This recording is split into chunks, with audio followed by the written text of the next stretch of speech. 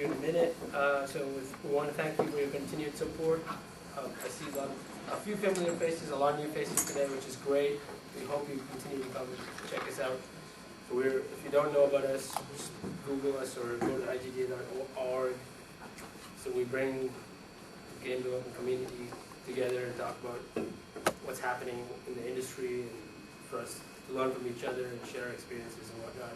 We have a great speaker tonight. It's Nick. Nick and I used to work together a couple of years ago at Fuel. I've seen firsthand that I've seen his work firsthand. He's really good. So I'm hoping he's here to share some of his real lessons with you guys. Before we bring Nick on, I would like Julian to share a lot of industry notes. There's just a couple. A couple quick things. So industry stuff. So tomorrow night, actually, Ottawa's been doing really well with events lately, which is fantastic. It's great to see. Tomorrow night kicks off the first Ottawa Google Developer Group. So the Google Developer Group goal is to bring developers together to talk about various Google products, Android, Chrome, Daydream, things like that. So each workshop or each presentation will focus on a different Google development product and sort of take you from beginner to intermediate to advanced in lessons, and then switch to a new product. So tomorrow we're actually kicking off the first ever. Google is sponsoring it. They were really keen to have an event in Ottawa. So we're going to be kicking off and talking about Daydream. And so we have a couple industry leaders coming in. The head of mobile development for Shopify is coming in, as well as the guys that make Keep Talking and No One Explodes. Seal Creek Games are coming in, and they're really talking through like a show and tell and talking about intro into Daydream, so perfect for beginners. As we move forward, it'll get a little bit more complicated in events, and then we're looking at planning a workshop as well. So you can follow the Facebook page, information is on there, or you can come back tomorrow night as well for the kickoff event. In this room is like the place to be now. In this room, tomorrow kicks off at 6:30, so half an hour earlier. Also, Ottawa Unity User Group and Unity Game Makers have kind of had a resurgence. So those events kick off there every month.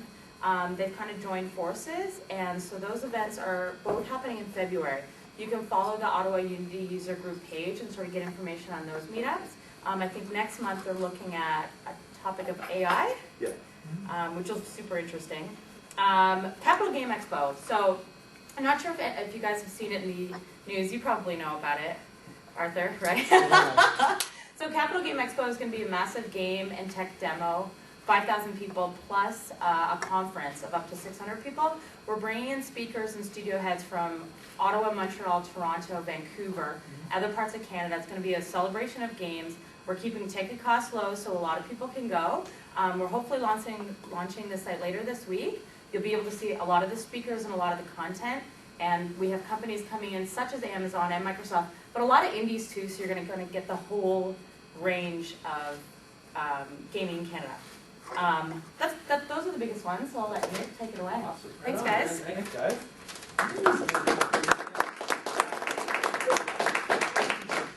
Thanks, guys. So, when Matt asked me to speak, hey, Jared, how you doing, man? Okay. 30 seconds too late. When Matt asked me to speak a couple weeks ago about sort of business development, I thought it'd be a good opportunity to share my unique take on it. So I come up with this like jungle theme thing that I thought was really cool. I was gonna relate animals to like business development and stuff, and I started working on that and ended up in a different direction that I think is actually a lot more interesting. So we'll take a look at that. The mandatory slides of who I am for those of you who don't know me. I've been in Ottawa for about 12 years now, originally from Montreal. Started my career actually in computer science. I was a developer.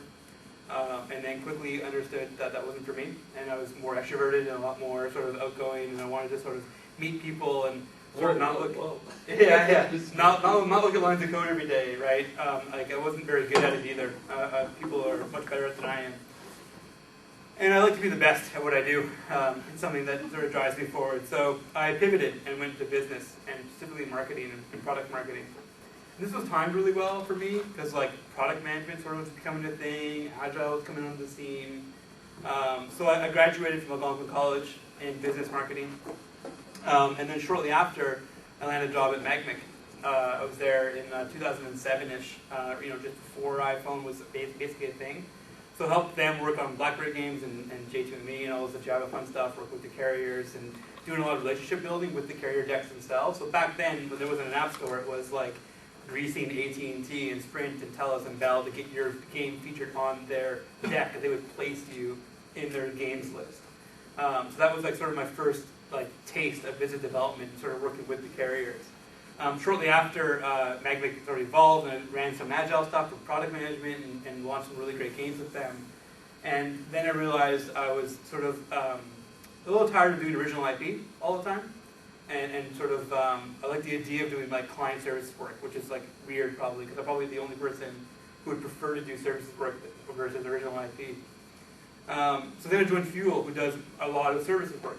And it was a great fit for me to sort of bring my mobile experience of doing mobile games for 6 or 7 years into Fuel, and sort of growing up the mobile division, and then also pairing my business development and marketing skills with actual clients.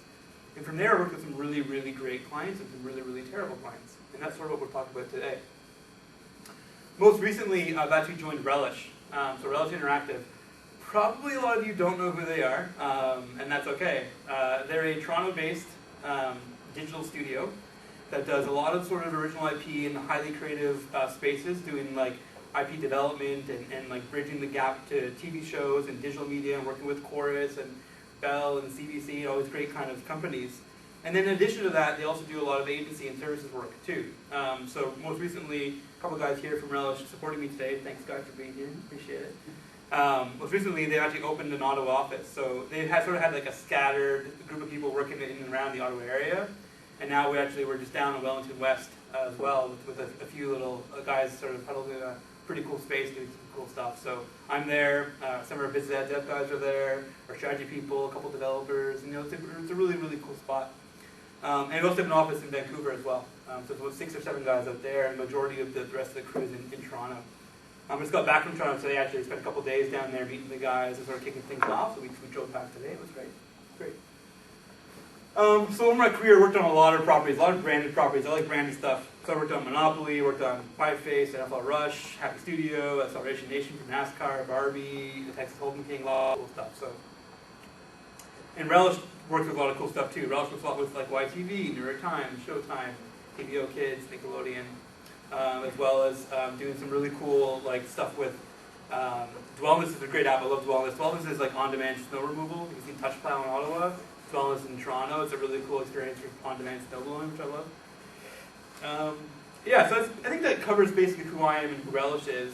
Now let's talk about the Jungle Book. So I'm taking a different approach into business development and relating it back to one of my favorite stories of all time, and the Disney's Jungle Book. And I think like I sort of can see myself as like a young Mowgli, this like impersonable person who was raised in a bit of a jungle environment, throwing herself into the fire, often trying, failing, and then succeeding. And I think that's sort of like a really good analog for what Mowgli does in the Jungle Book. And then Baloo is your best friend, right? So often you'll have somebody in your career who you latch onto and form a partnership with. And I feel like I've had a few Baloos in my life. And what's nice about Baloo is that he's like your wingman. He'll go with you anywhere you want to go. He'll think every idea you give him is amazing. And he won't really challenge you like on an intellectual level of like, hey, that's not a good idea. Like, he won't be a naysayer, right? It's a very positive influence, a very positive aura. So myself and Baloo, we do a lot of converting ideas into business development leads. This is something I do that's a bit different than like the traditional business development approach.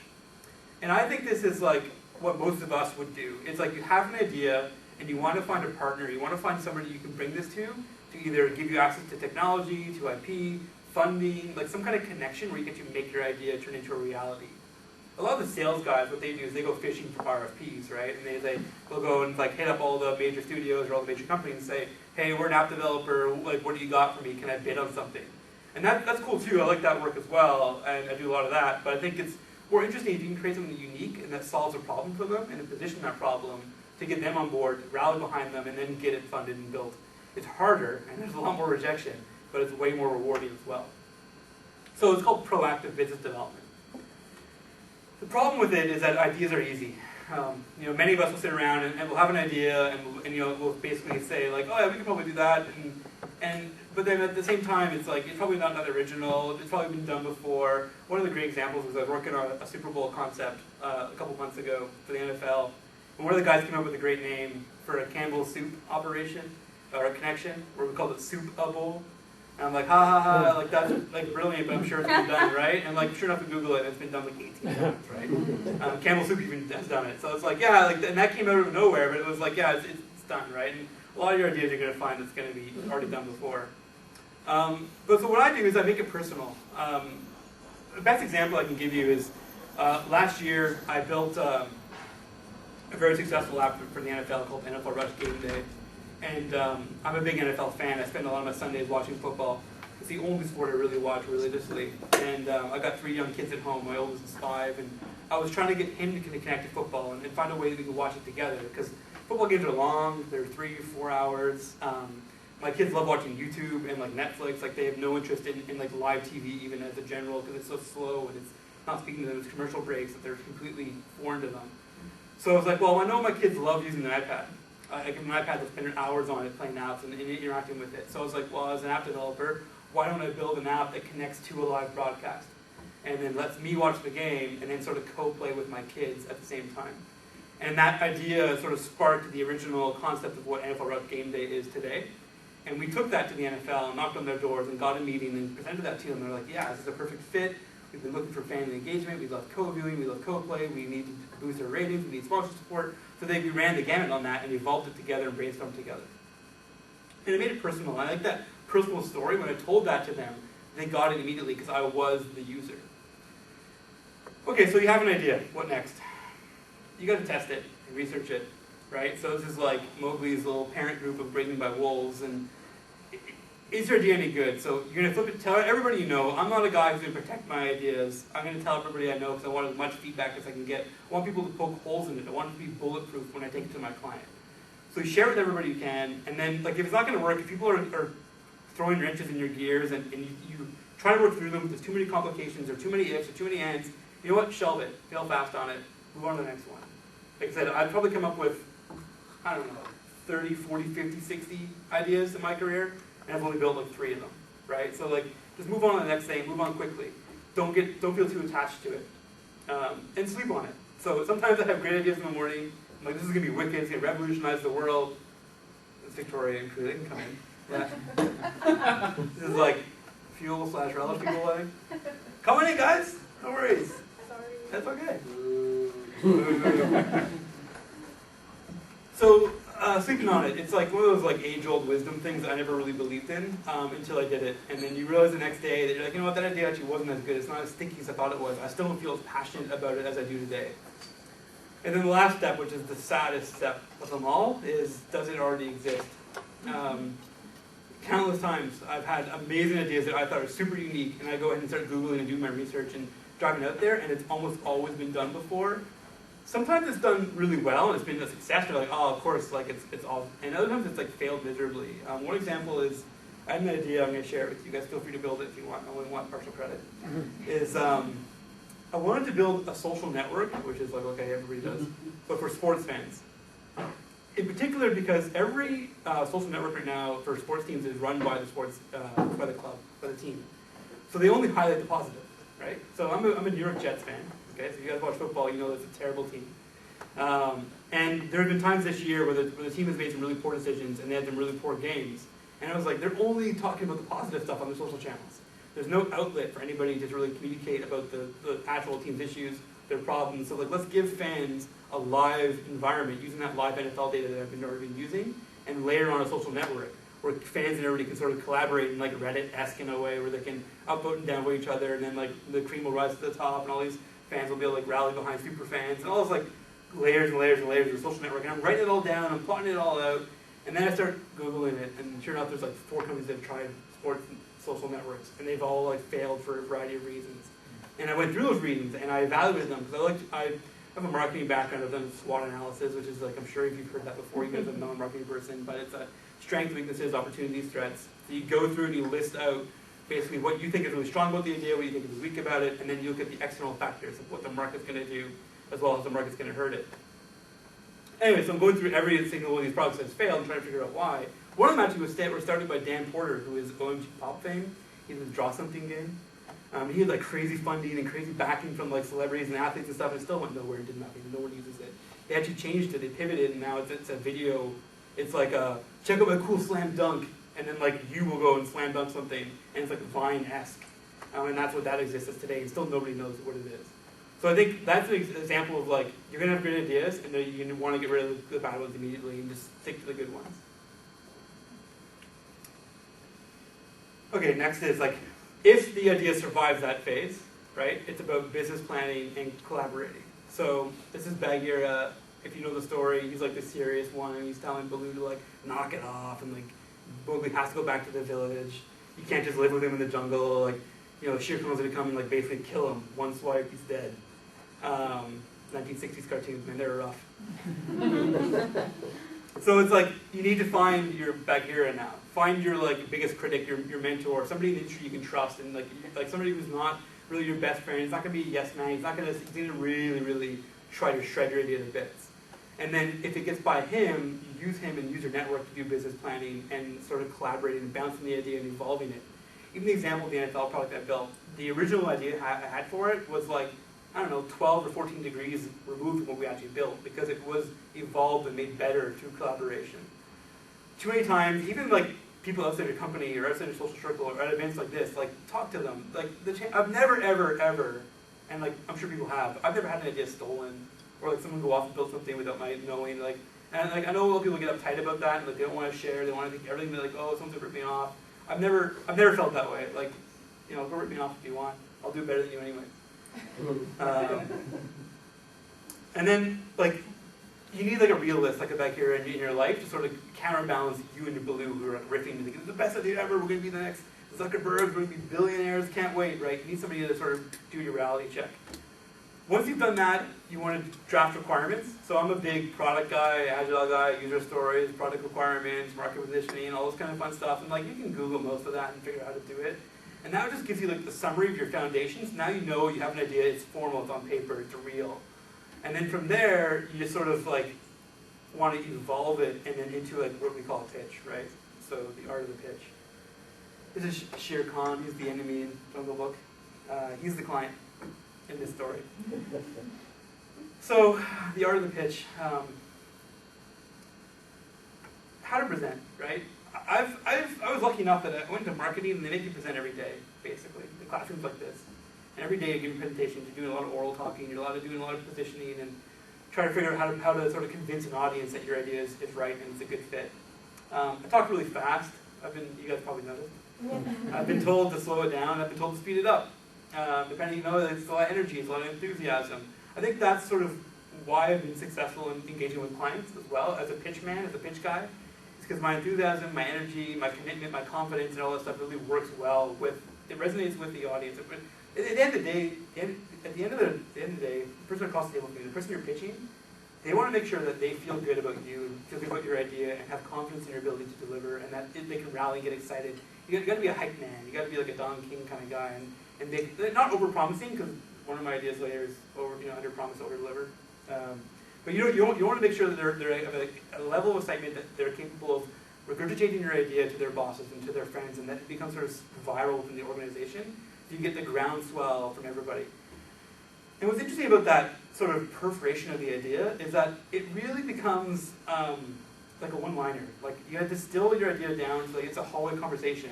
Somebody's going to pass somebody in the hallway and be like, hey, we got these guys from like X company and they want to do this like kids thing for NFL that gamifies live sports. Sounds cool, right? Yeah, it sounds great, let's do it. And like that one-liner can just catches the VP's ear, and then you're basically green lit and you're golden. They don't need to know anymore because they've hired those directors and those people that you're talking to basically be the gate, jury, and executioner. If you're not a pitch person, get one. Right? So if you're not comfortable doing the whole song and dance with clients and like trying to interact with them and find a way to sort of sell your idea to them, find somebody. Because you need that skill set. I work for a fee. No, I'm kidding. Yeah, I think it's really important you find somebody in your social circle that you can bring on, even if they're just a pitch guy. A lot of sales guys are very successful just doing the sales portion of the job. They just open the door, they come in there, they sweeten the client up, and then like they talk, and they're often inaccurate, and they're often wrong, and then you'll correct them, and then you'll end up signing the deal and getting the work, and then that's sort of like the traditional sales cycle. The other side of it is, of course, like I think we talked about it earlier, about like responding to RFPs. If you respond to RFPs, if you're looking to sort of win business that way, which is a very traditional way of doing it, make sure you read the requirements. right? I've seen this happen time and time again where you get really excited about an idea and you start riffing on something, you go off in this tangent, in a different direction, and then you come back to the requirements like, oh, we totally missed this. We totally missed this, and this. Like, and at that point, RFPs are pretty formal. They're looking for like to score you in marks, and they're looking down your proposal and making sure you captured all the keywords. So read those things over and over and over and over and over, and make sure your response covers each and one of them, like blatantly obvious, as if you're talking to a 3-year-old, basically, because that's usually sometimes who you're interacting with. I think creativity, right? I think we're all creative people in general. I think that, you know, I don't need to talk a lot about being creative and being different and thinking outside the box. A lot of times when I'm pitching or I'm trying to win some business, I try to think about that, about being creative with the actual pitch, with the actual delivery. Like, can we build a prototype? Can we do a demo? Demos and prototypes are way better than pitch decks. So if you have opportunity, especially developers, I'm so jealous of you guys because I don't have that skill set anymore. I can't whip something up. I can mock it up in wireframes or do some really bad comps or stuff or get some designers on board with some pretty pictures. But I can't actually build it, and I'm like, I wish I could because I think demos and prototypes speak like way louder than any other pitch deck ever has. And I'm working on one right now that we're building a prototype for. It's going to be awesome, and it's going to blow me away. Next thing is relationship-based selling.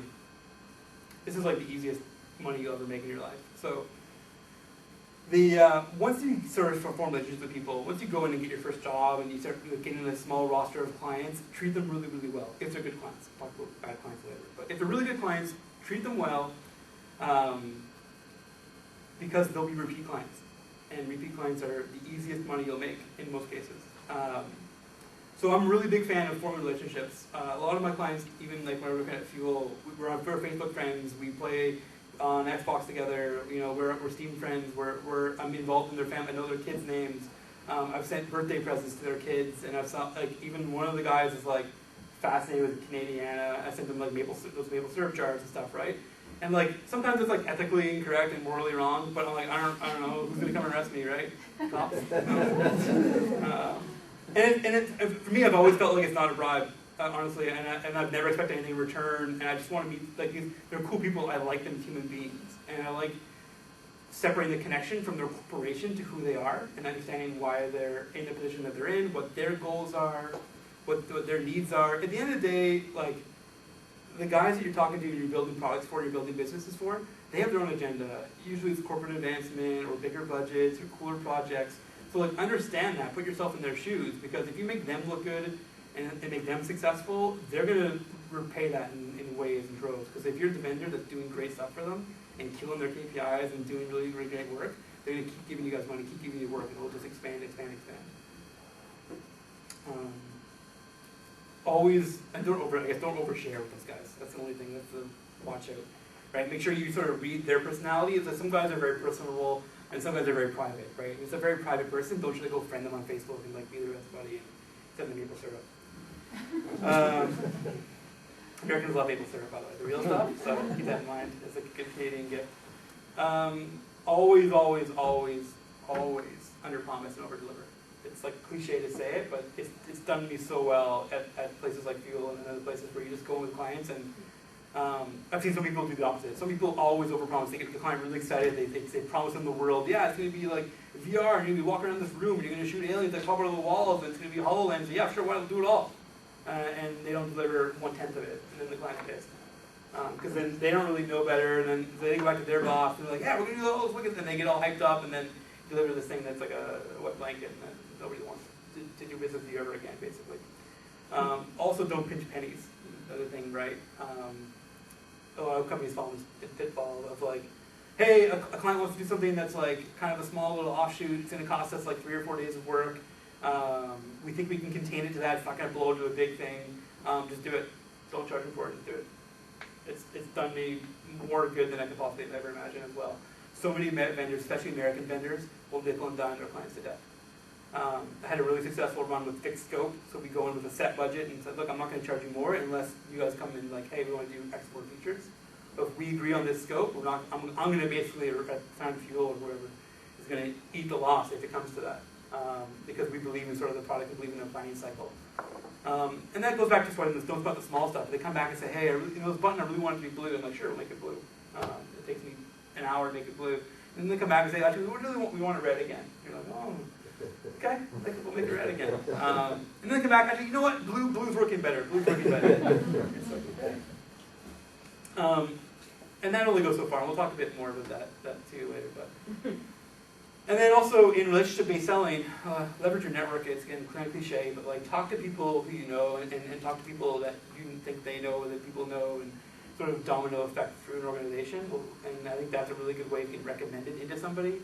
I was just talking to Mike actually about like, you know, when we hire people, we often look, especially in Ottawa, it's a very small town, we often talk to each other. If somebody comes from a company, like if somebody's coming from Magmate going to Fuel, I'll call Mo up and be like, hey Mo, this guy's from Magmate, what's his deal? Is he worth it or not? And he'll give me an answer, right? So same thing with clients, is that often clients will be referred into other clients, and often clients will hang in the same circles as their competitors even, which is like kind of what we do too, but we're kind of friendly about it. But like, so somebody at like NBC probably knows somebody at ABC and CBS, and like so like you sort of cross-pollinate between companies just by leveraging their networks. It's okay to say no. You're the expert. This one is, I've learned this over the years, and I think I try to tell people this a lot. I'm sure my field friends have heard this before. Where it's often hard to say no, but clients want you to say no. If you just say yes to everything they say to you, like you're basically just wallpaper. They want you to challenge them, want you to make sure that whatever they propose is the right thing for their audience. Some clients get this, and the clients that get this are amazing. Like the NFL was amazing to work with because they got this. They knew that we were youth experts. They knew they didn't have that experience, and they knew that we would do a better decision that they could make. So we talk about it and talk through the pros and cons and get some explanation. And then if the idea that they had was bad, they'd say, you know what, it's not the right fit. It's not the right time. This is kind of a good idea. Let's parking lot it for now. We'll come back to it. They're paying you to be the experts. That's why they're paying you. They don't want. They want options, but they don't want like a million options. They don't want to be the decision makers. They want you to come to recommendations. So anytime you have an A-B choice or an A-B-C choice, make sure you tell them what your recommendation is and why. That's kind of why, like the first and foremost reason why they're paying you.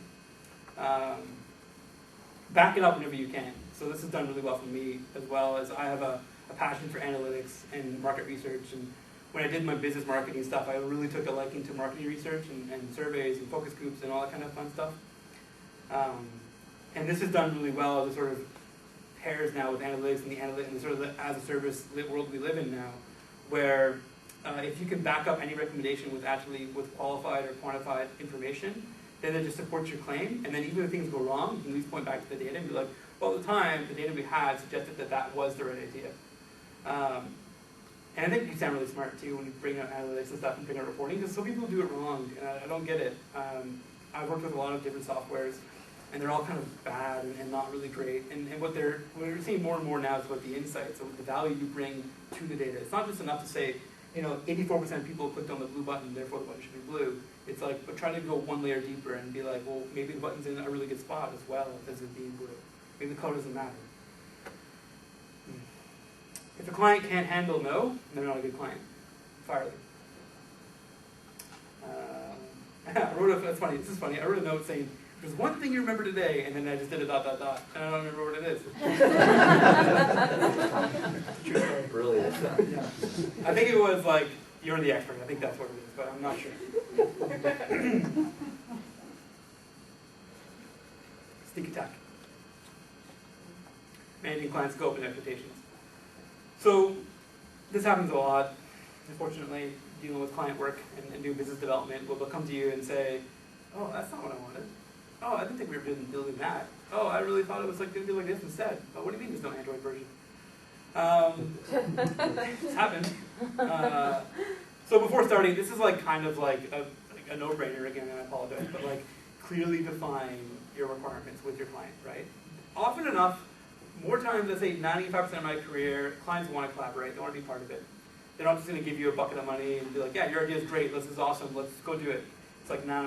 It's like, hey, we want to be part of this, we want to make sure there's checks and balances, and we want to be educated, and we want to be, so basically, clearly define your requirements, and also clearly define how you handle scope creep, right? So during the project, things are going to come up.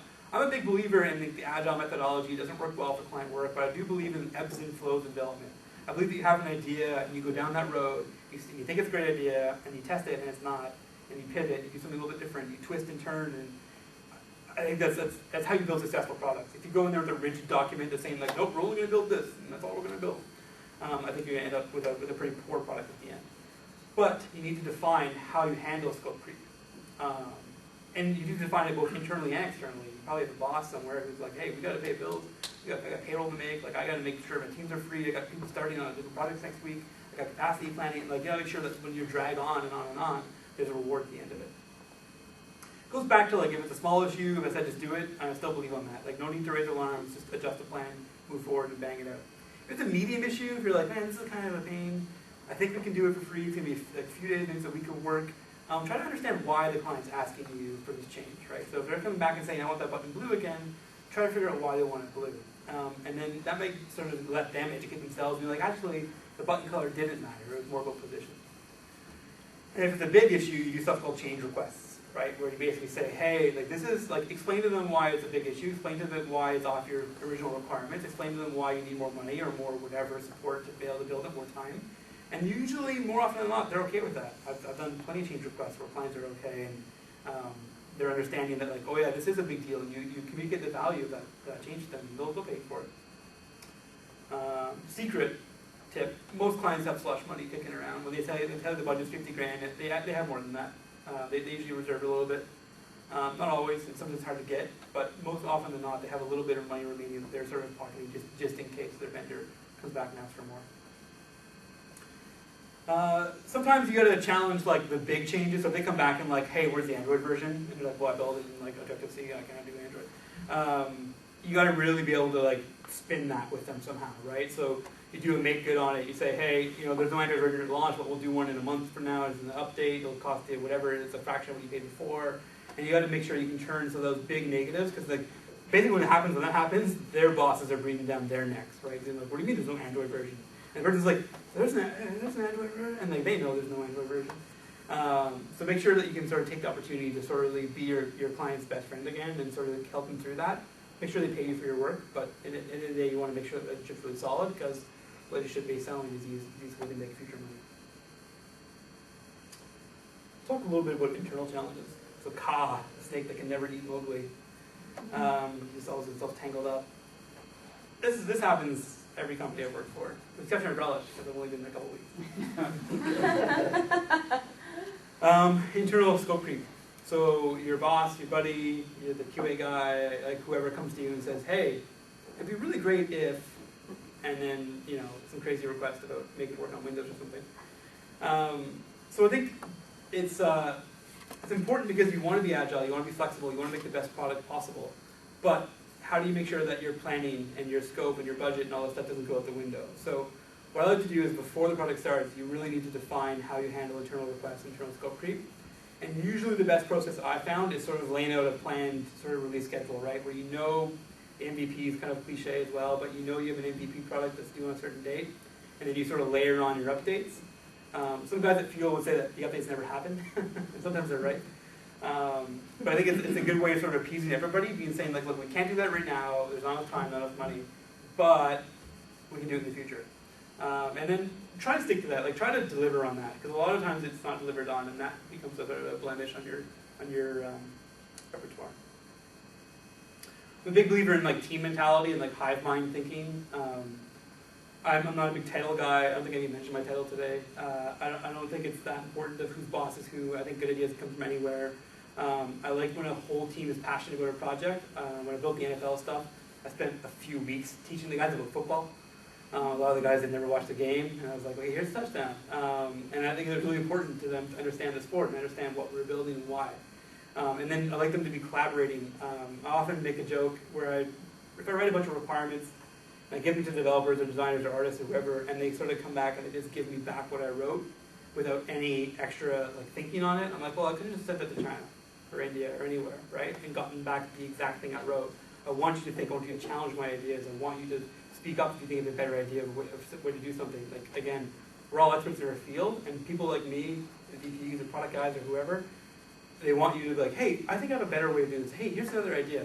It'll take 5 minutes to talk through it, and I'd much rather do that than you spend like your entire week programming this feature, like could have done this better, like, if only this guy was smart enough, right? So I like the sort of everybody collaborating, everybody sort of sharing, equal share in the project. If you have higher ups, I like doing reviews with them, frequent reviews with them, book the meeting, say, hey, every other Thursday we're going to do a show and tell with the executive group. And if they show up, that's great. If they don't, at least you book the meeting. And then you can point back to that when they come to you at the 11th hour being like, hey, that button, why is it blue? Should make it red. You'd be like, well, you had opportunities to chime in on that button color like 18 different times when anybody did these meetings. If you have like a structured review process, give them deadlines, make sure they know like, hey, guys, you got 72 hours. Here's the beta build. I need your feedback in 72 hours. If you don't give it to me and then, that's more than fair for you to download a build and check it out. And then it's going to go out to the client. Always be confident again as well, even dealing internally, right? Guys in the executive group are often looking for people who are leaders and who are smart people who can challenge ideas and grow their business, and that's why they hired you in the first place. So don't feel like you need to be a yes man to your executive group either. They don't want that. My favorite thing ever is I prefer somebody who makes the wrong decision than makes no decision. This is something I've also told my developers a lot of times. I give requirements that aren't as detailed as they want it to be. They're to be interpreted in different ways. And sometimes they'll sit on it, and they won't do anything. And they won't tell me, but they're not doing anything. And then like they'll be doing something else, and I'll come back to them and be like, hey, like, where's that thing we wanted for the sprint? And they're like, oh, I didn't do it because it wasn't clear enough. I'm like, well, maybe tell our producer that it wasn't clear enough, but if it's not, do anything at this point. Like, I'd rather you make a wrong decision than make no decision. Because even a wrong decision can be pivoted in some kind of way. It's like major decisions, and maybe you shouldn't do that, but the small stuff, it's pretty cool. The competition, King Louis. So King Louis asked Mowgli how to build fire. He's fascinated with fire. He wants to be human. So he's like, hey, Mowgli, come. He captures him, actually, and tries to force him to teach him how to make fire. So this is something I added pretty late when I was building this deck. I actually had a conversation, I think it was with you guys know Matt from Microsoft. Cool guy. And we were talking about sort of like, he's growing in Ottawa, and they're doing a lot of cool stuff over there. And actually we were talking about like how, and traditionally a lot of the industry is like, very trade secret, very proprietary. This is mine, this is mine, this is yours. More often than not, we're not competing for the same jobs, not competing for the same clients. And I think we have great stuff that IGDA does and other groups in Ottawa. They're bringing people together and sharing ideas. And I want to promote sharing, and I want to promote oversharing and collaborating, because I think that Ottawa's a small enough town that there's plenty of work for all of us. And I think we can only get better if we work together. So if King Louis wants to learn fire, teach him. That's what I say. Give him his fire. Like that, could have. Yeah, his house gets wrecked, by the way. If you watch the movie, like they come in and they demolish the place, man. The poor guy only wanted to learn to make fire, and instead he left with a pile of rubble, and like he's got to lift up his whole house over his head, and it's a whole thing. There's a caveat to that, and I try to caveat everything here. Is what should be shared, right? If you have like, if you're under NTAs, if you've got crazy sensitive clients, like I've worked with some in the past, then don't share that stuff. Right? You can talk around it sometimes, but don't like leak secrets of like, hey, guess what? Star Wars Episode 8 is called The Last Jedi. Like you'll get in trouble for that. I signed a Star Wars NDA once that was like probably like 55 pages long. I didn't even read it, but I'm sure it was bad. Probably can't even talk. I bet you in there. You can't even talk about the NDA, but that's one of the things in there. Oh well, I'm not working on that anymore.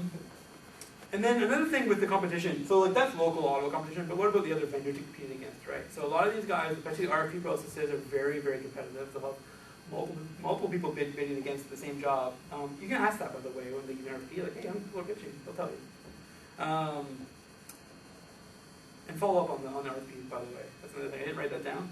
You can do it now, but if you do an RFP response, you can totally send that guy an email like a couple of weeks later. He tells you like, you're making a decision by February 1st. You can follow up in the middle of February, being like, hey, how'd that go? Like, is there anything we could have done differently? And like, just learn from it, right? More often than not, they won't respond to you, but when they do, it's valuable.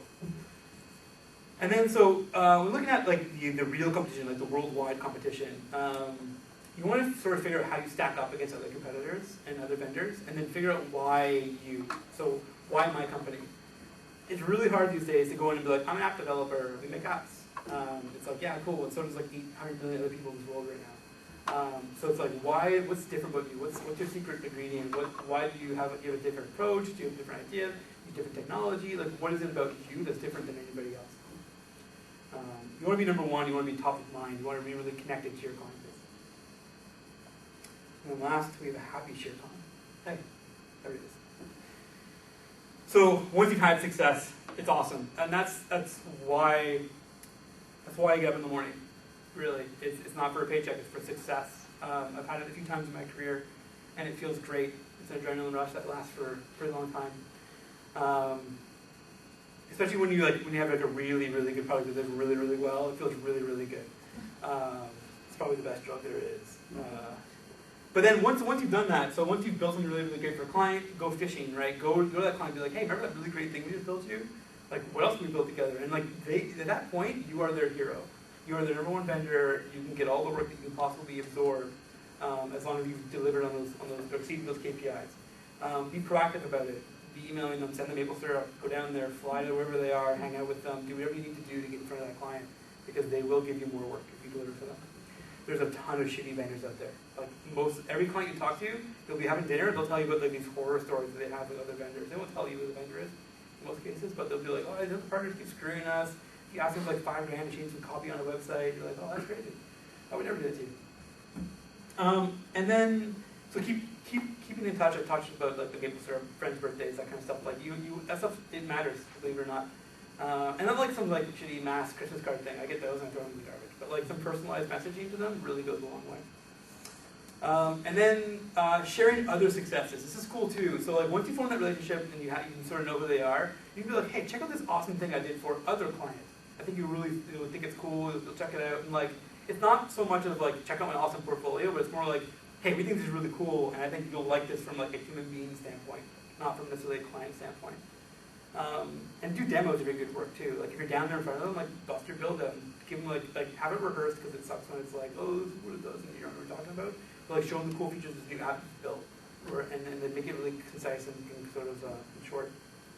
And then like build towards that friendship. Because I think it's really powerful. Even like in this room with people I know here, it's like it's so relaxing and easy to talk to those guys. And I know that like if they had something cool that came in was a good fit for me or me to them, it's like my first go-to guys. I think of those dudes, right?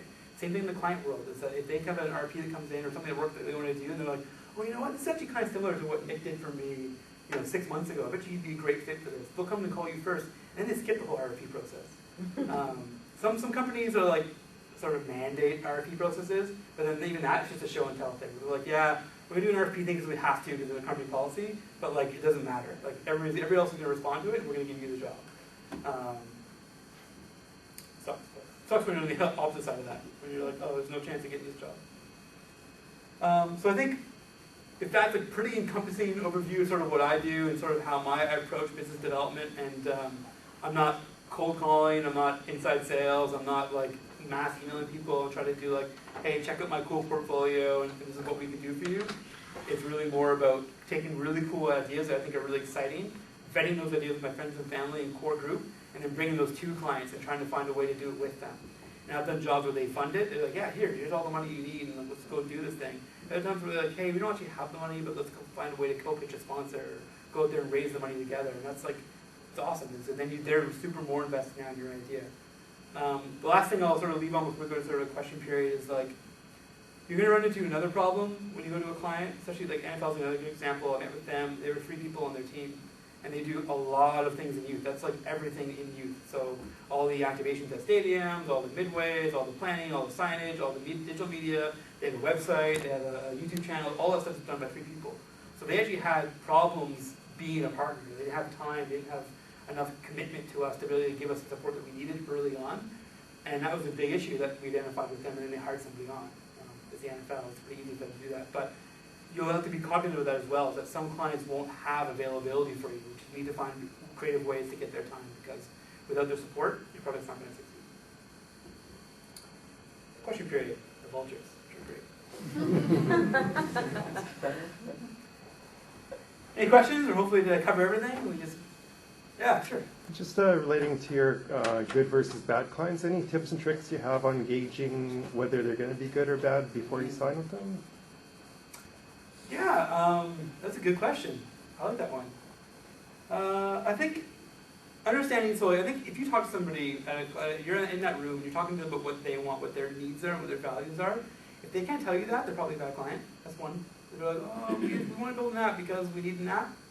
It doesn't mean they haven't really thought it through. They're going to be a nightmare when you go to like design this thing and do product requirements. They're not going to really know what they want. If they don't have a budget, like if they're coming to you and it's like, hey, yeah, we want a game built, but we don't know, like we don't have any money, like what should we spend? Like they have no idea what it costs. Like if they think games cost like 10 grand to make or something, like then they're a bad client probably. Well, they're a bad client at that moment. You can help. Sometimes you can educate them. They're like, oh, I didn't know that it takes like a lot of money to build something that's good. And then sometimes they'll go and find it. This happened before, where they're like, oh, I'll go ask and we'll see if we can raise substantial money. I think those are probably the two biggest indicators I have. Yeah. Thanks. Jillian. Yeah, I think this is really good information. Like for example, for me, when I started a new company, I was getting some clients, and I was like saying yes to sort of every client, sort of learning the process, and then realizing very quickly, like, okay, no, you shouldn't be working with every client. Like sometimes the client is wrong, you just can't work well together. And I learned that, and at this point now, I only work with clients that are positive that we work well together. But I found it really, really difficult to let go of a client. Like when a client wanted to renew a contract or wanted to work with me, and I knew they were horrible and it just wouldn't work out, I had a really, really hard time saying no to that. And I'm wondering if you have advice in terms of communicating that. Like if you're honest, or should you just say, oh, priorities have changed, I don't have time. Like what would you recommend there?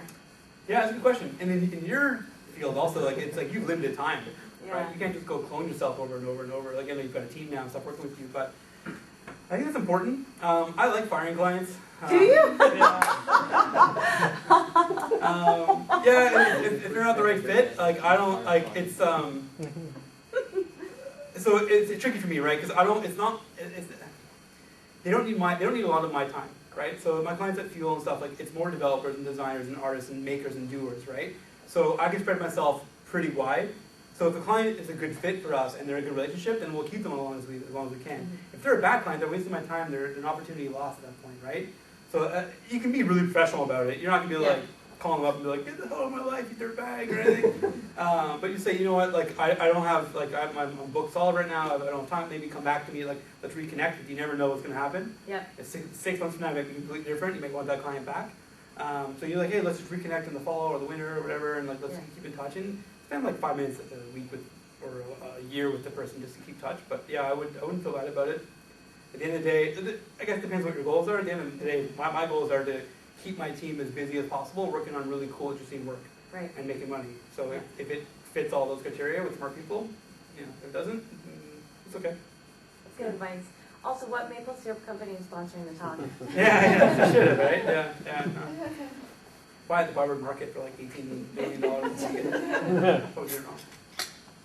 When you're forward pitching like a fairly opaque industry, you've got your idea, you think it's great, but you need to validate it against, whether it's an actual need or whether they have money or what your approach is going to be. How do you go about finding that information? Do you just Google until your fingers hurt? Do you go to industry events? What's your strategy? Yeah, so actually, it's a good question too. I've been lucky that everything that I've created is a personal fit. So like I want to make sure it's something that I want to use or I know that it will be successful because of X, Y, Z. I think I spend a lot of time Googling that anyways. There's a few, like you can pay for reports, so we've done that as well. We've bought industry reports and stuff that sort of narrow down an entire industry. So if you're looking at like, I don't know, robotics and app development or something, or like you can buy stuff out there that will give you the breakdown of what that is. And they're expensive, they're like $500 plus, but like if you're really serious about it, it's not that big of an expense. Other than that, like Google's your best friend, and I think even if you don't do the full research, right, and you still think the idea is good, and you can find a partner who will talk to you, that's okay, because like if you talk to somebody in that industry for 15 minutes, they'll know, right? They'll be like, oh no, like we can't do that because of X, Y, Z, or it's been done before, or like they'll usually know as well. And if they don't know and they still think it's a good idea and you still build it, that's okay, right? Not even if something's been done before doesn't mean you can't do it. Like there's plenty of examples of games and apps and programs and websites and networks and stuff that have done something better than the guy before. So it's not like it's an instant fail. That's interesting. Yeah. In the back. Question regarding when there's an actual internal structural change with somebody that you're talking to. For example, the media buy was from one company who's been switched over to a completely different company who created a whole new zone. And then you have to reintegrate yourself into that group. Yep. Any suggestions on the best way to do that transition? It's funny, you just reminded me that my notes don't scroll far enough, because I had a note on that. Yeah, so I've happened to be a lot actually, where you're in with a client and it's great, and then they decide to leave, or they change jobs, or companies change entirely. That's a nightmare. It's really hard to protect against. I think what's done well for us in the past, or for me in particular, is making sure that you know the complete chain. So like if you're dealing with one person on a day-to-day basis, make sure you at least met their boss once, and hopefully their boss's boss once as well. So that you can sort of protect yourself against like an employee change, and you can so you know like, oh yeah, the person above you will know who I am kind of and what we're doing. In terms of a whole company changing, That's the like, thing, I'm talking about the full media buy for the company. Yeah. Was taken out and was bought out by another company, so it's a whole new set. and they're not going to honor the original agreement or Well, something. the Or? people that you're talking to before, you have no relationship with them Right. anymore because you got Larry instead of Sarah. You know? Yeah, then you got to guess it over, I guess. And hopefully the work will stand for itself. Like hopefully the work you did for the company they purchased will be good enough. That like, oh, so like who did they use for that? Oh, they used this guy. Cool. Let's use him again. That's challenging. I've never had a whole company be acquired like that, I don't think, from underneath us, and then not retain any staff or anything. That's kind of like a bit of an anomaly, maybe, but Well, it was a media buy, it was a media representation. right, So they said, we're not dealing with you anymore, we're gonna deal with these guys. right. So it was a full Hmm. whitewash. Never happened to me. That sucks. Okay. Yeah. Yeah. Thanks. Again, like hopefully I would go back to like hopefully you can talk to the new guys. Like hopefully they'll return your call. Yeah, Right. no, I got the names and all that kind of stuff, and I'm Yeah. working my vein back in, but Yeah. it's just, I was wondering if you had any ideas that might be something you can know, hey, try this, hey, Have let's you try tried that. sending maple syrup? Yeah. That's the takeaway. Over that note. Yeah, yeah. I would hope that you could like just get in the door and then sort of start over again and be like, hey, we were the guys that did this before. It worked really well. Here's all the data that you probably don't know about. Here's all the data we can show you that why it worked well. Here's why the campaign works, and sort of start back over again. It sounds like it's like a new relationship. Yeah, like do the old guys like gone? The wind, yeah, nothing. Eh? Jesus, that's rough. Kaiser Soze. Any other questions or comments or suggestions? Matt, yeah. So you established that you're unique in this industry, as in you like to work for services, right? Yeah. Versus IP, right? Which is uncommon, like you established. The workforce, majority of the workforce, especially the younger generation, are complete opposite, right? They're coming here to create and to do something creative, right? It's really hard to like keep them motivated, especially when you're doing services, when they know or they think they know that it's what they're working on is completely rubbish because the company wants it, pays for it, right? So, do you have any thoughts on containing this culturally within a company with the younger workforce, which is the majority of your developers? Yeah, I would say try making your original IP first. Let's see how hard it is. No, I think it's, I've been lucky enough that while the services work, I've had a really big impact on it, right? So, sort of back to the proactive business development stuff, is that I've been able to take ideas that I have to an organization and build that out, which makes it my own in a way too, except that I'm not taking a lot of the risk and I have a great partner on board. If you're doing like just like pure spec work grinding from like an organization that is like, here's 25 Flash games, I want you to build them, here's all the specs, that's pretty soulless and kind of hard to get behind. I'd recommend that like you try to put your spin on it and develop tools or technology or something, like find another avenue that you can sort of feel proud about. I know that there's like, back in the Flash days that was a fairly common thing of like, hey, we gotta turn out 25 games this week, but let's build cool tools, or let's find a cool way to make it ours. But I think like, I really like working for clients because I've found really good clients, and I love this industry because I'm working with people like Hasbro and Mattel and NFL. These are fun companies. We're not making like SAP plugins or something, right? It'd be like soul crushing. So, yeah, try to make sure that you have a stake in it, and they'll appreciate that. Like they want you to be invested. Like we often talk about skin in the game. Sometimes it's revenue share. Sometimes it's an investment you have to make, but other times it's passion and you know, I often work long hours because I want to, which is, you know, I don't expect anybody else to work long hours, but I like to do it. You know, after the kids go to bed. Yeah. Yes. So, how much does face-to-face conversation is important? Like, I mean, would you, like, you have a startup, would you really spend like the 20, 30, 40K a year just to fly people around the planet, knowing that most of those meetings may not give anything? Not me. I wouldn't. So we had the topic the other day. We're talking about face-to-face versus like a video call or even a phone call. I've done a lot of business travel. I don't like it anymore. I don't like time away from my family. You spend so much downtime when you're traveling for business. It's like you go for a meeting, it's an hour meeting, 2-hour meeting, maybe if you're lucky, and then you've lost 3 days, right? And you spend a lot of money. There are people in this industry who do value it though. A lot of sales guys be like, we have to do face-to-face. It's the only way to grow the business and make that connection, especially being Canadian, if you're looking into the US markets. You want to make sure that you're there and sort of in the top of mind and sort of on site. I've had a lot of success doing video conferencing. I think video software's come a long way. Make sure if you're on video calls, your background is like clean and not like your dirty bedroom. I've seen a lot of people like that. Also make sure you hang up really clearly and you're not talking fast. But the NFL thing I did was video first. Right? They also appreciate that too, because I think, especially the US clients, they feel a little bad about you like losing all that time to come in. Well, the good ones do. But you losing all that time and coming down and meeting with them, it's like, oh, you guys came like all the way from Ottawa to get like 14 hours to get here, and you guys stay up in hotels, and do they know where Ottawa is? Yeah, no, they don't. I like now that we're headquartered in Toronto now, so most people know where Toronto is. Yeah, exactly. Yeah, so I don't personally. I think we can accomplish a lot on video. I don't want to waste my time or their time as well, and so like sometimes there's like this like expectation if you're in person that like, oh, we gotta go for drinks and dinner, and like they don't really want to do that. They have their family and social circles too. Like, they're like, oh shit, advantage in town. It's like salespeople in their 20s that really like the business travel. Or like guys in their 65, 67. It's like one or the other. So like, yeah. They've been around like old school, get hammered and stuff.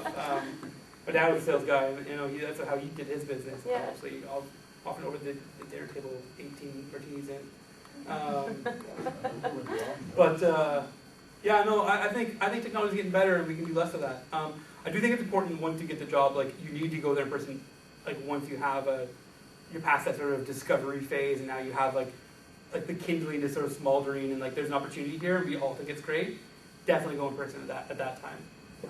But if you're just like sort of like, hey, let's book some meetings and like just do some like let's get some lunches and coffees and like cursory, like you're sort of testing the market and testing some things. I think you can do a lot of that on the phone or at conferences and stuff. It's good for that too, because everybody's typically going there for a reason. So you can maybe do multiple sort of touch points at like a GDC or whatever. And I know that probably that applies less to you, but what do you think of B2B agencies that are trying to generate, like I'm receiving every month probably 5 or 6 emails from B2B agencies that wants to sell me their services? What do you think of that? You mean like guys who are like, they want to rep you basically, saying like, hey, we'll do your biz dev for you?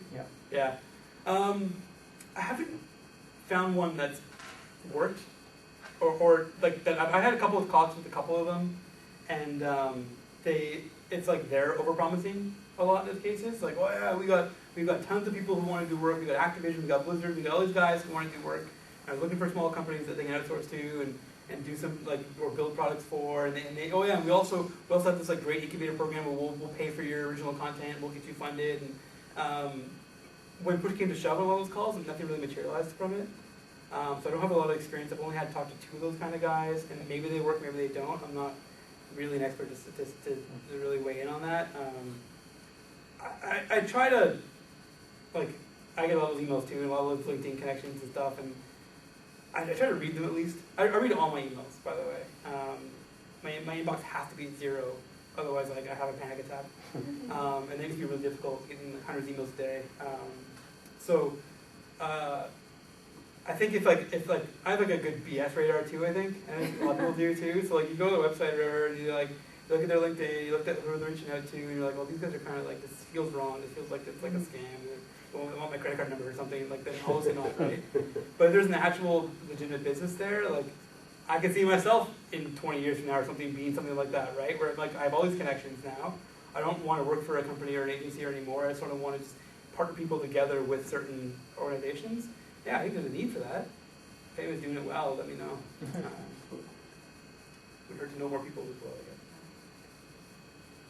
Yeah, any other questions? Or? That's great, really useful.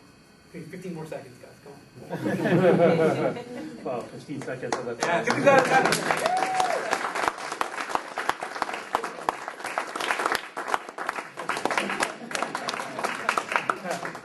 Somebody? Yeah?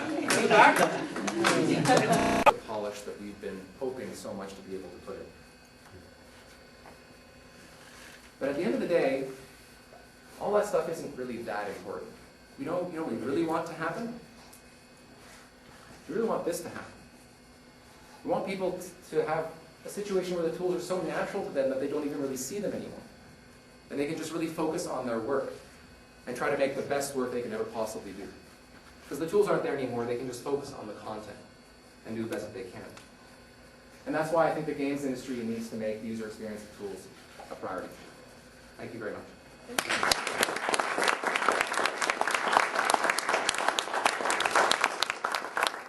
Thank you to our participants as well. Give them one final round of applause.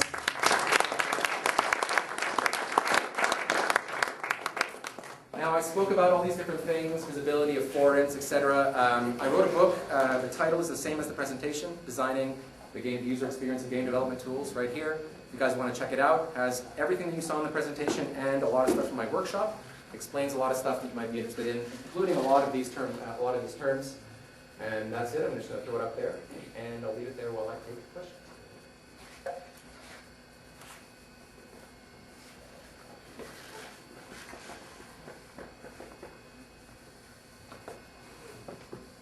Yes. Do you guys involve graphic designers in helping to wireframe out your tools and interfaces? Yeah. Or is it all programmer driven? Sure. And so often, UX and graphic design, these two terms are sort of synonymous, right? People often mix up the two, I find.